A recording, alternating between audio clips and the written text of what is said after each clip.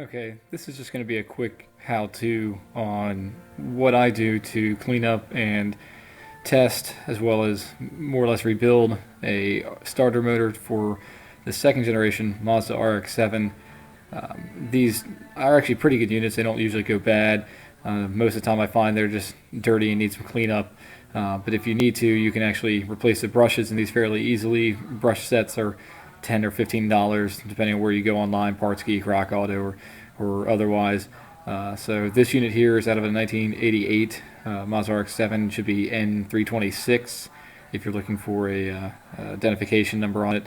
So right now what I want to do is just show you all how to pull it apart and inspect it, as well as take a look through some of the commutator and the armature, make sure those are okay, no damage, as well as give it a test after everything's back together. So we'll take a look at it.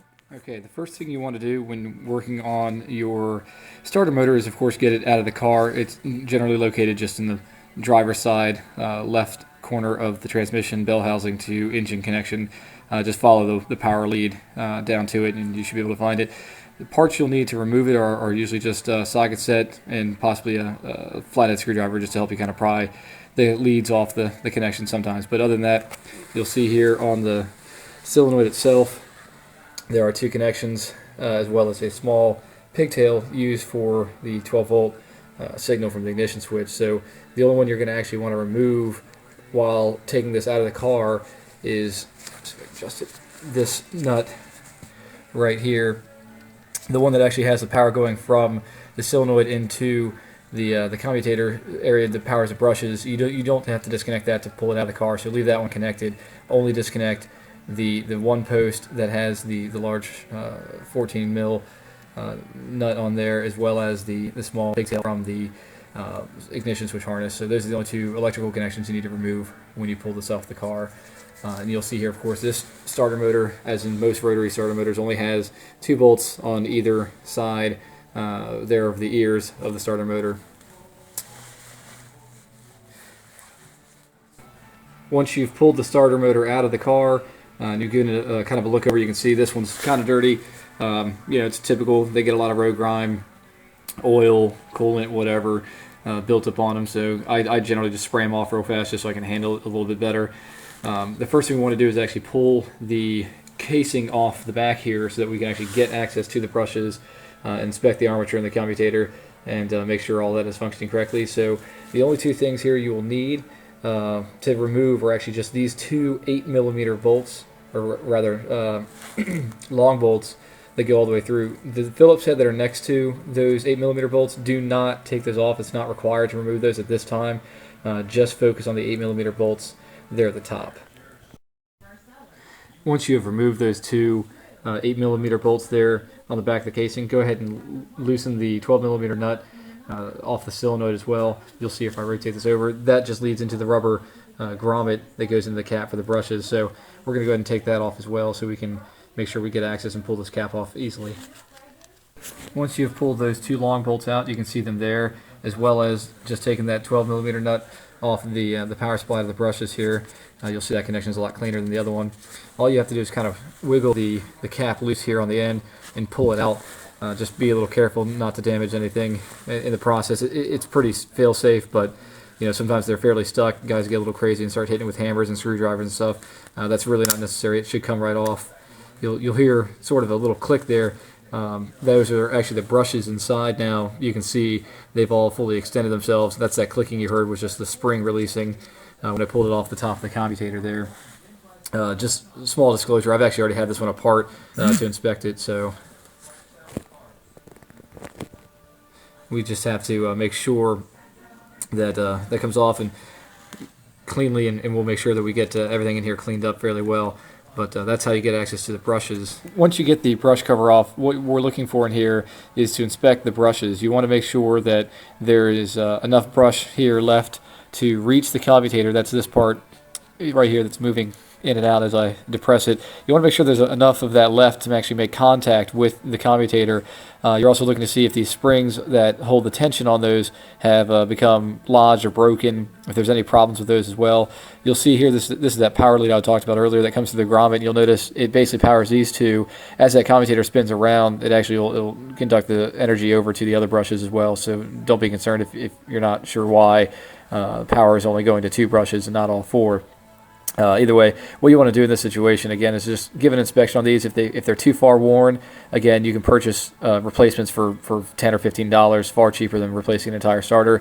That's where those 2 Phillips head come into play. You simply unscrew those, pull this whole unit out, replace it with the new unit, put it all back together in reverse order, and you're good to go. But this actually looks pretty good. I've got these brushes in here now. They're plenty of meat left. I'm going to give this a nice clean up in here and make sure that nothing is okay. Once we've inspected the brushes, the next thing I want to do is actually pull the commutator and the armature out of the starter body, the housing here. There are magnets holding it in, but if you give it just a little tug there, you'll see it'll release. And once it has released, you'll get a good look at it. What you're looking for to inspect here is any deposits or damage here to the top piece. This is the commutator. You want to make sure there's no bad nicks or scarring in there. And again, if it is, you'll probably actually have to go ahead and replace the whole starter. These marks here on the armature, these are normal. Don't worry about those. But same deal. You want to just double check, make sure there's no damage here to that. You'll see here at the end there's a little ball bearing held in place. That actually sometimes will fall out. If it does, just don't lose that. It needs to go back in place. It can be held in place with a little bit of grease. You'll see there's the gear set. You also want to inspect, make sure there's no damage there. Earlier on in the video I mentioned these hardly fail. This is usually not the issue as far as being damaged. So really it's not worth replacing the entire unit when normally it's just the brushes or actually really just a good cleaning will do the trick. Going back now to the commutator and the armature unit itself, honestly I usually go through and use either a little bit of brake clean. Sometimes it's a little bit more gunked up than that. You need to use something like gum out or something a little bit stronger.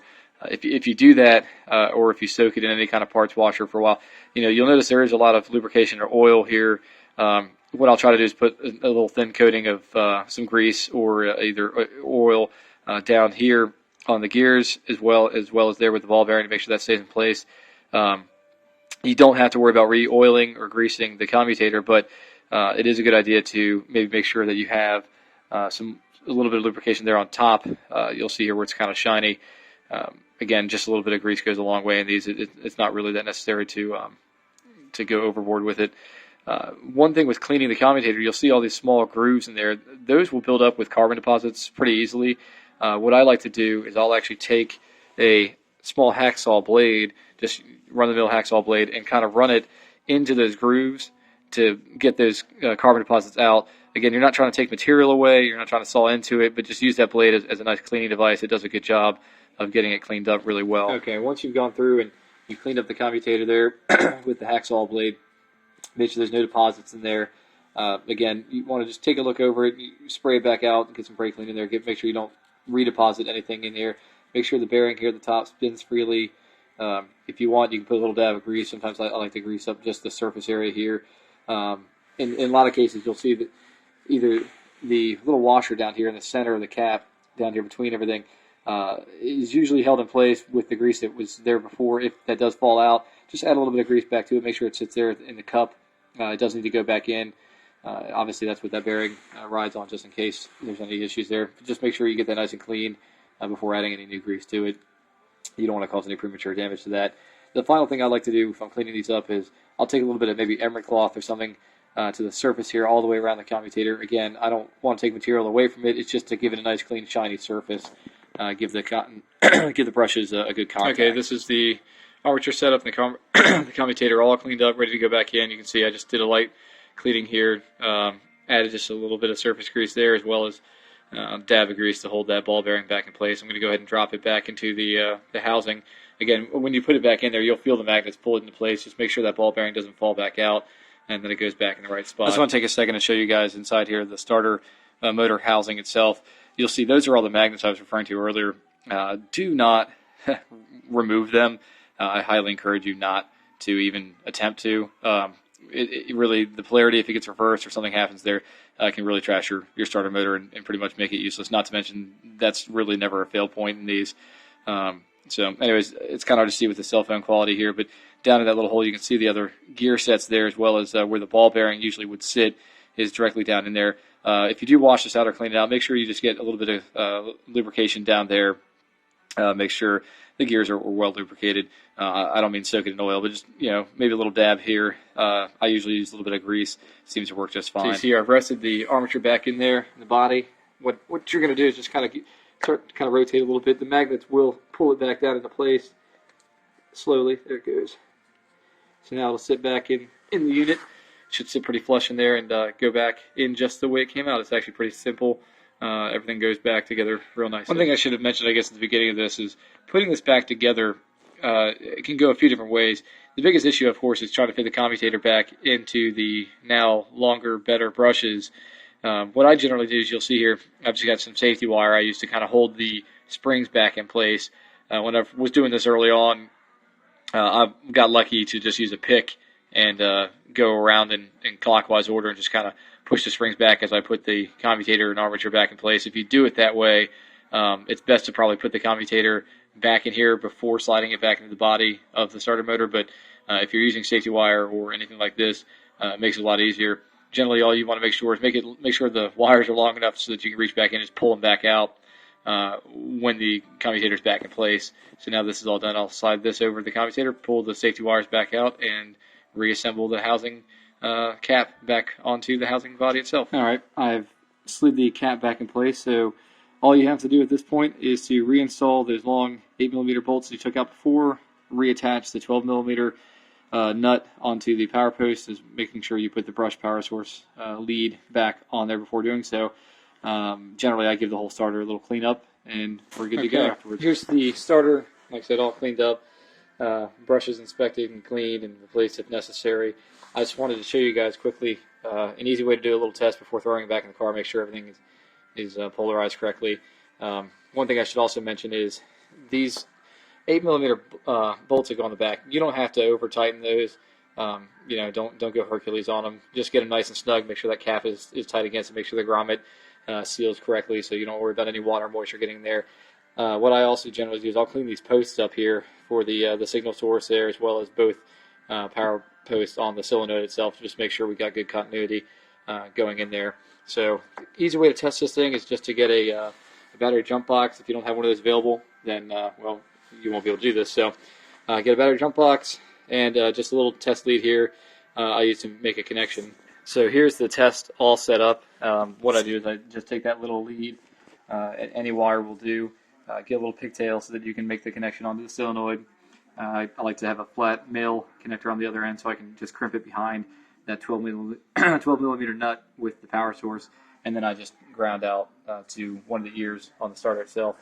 And then if you switch on the starter, the jump box, you should see the starter engage as well as rotate in just a second. Clear example. So looks like everything's working fine. It engages. It also spins correctly. So we'll do it one more time so you can see it. So that shows the starter and everything is working as it should. It should go back in the car just fine. Again, I like to give these things a little cleaning before throwing it back in, but that's not necessary. So hope that helps out, and I hope you guys are successful in your starter repairs.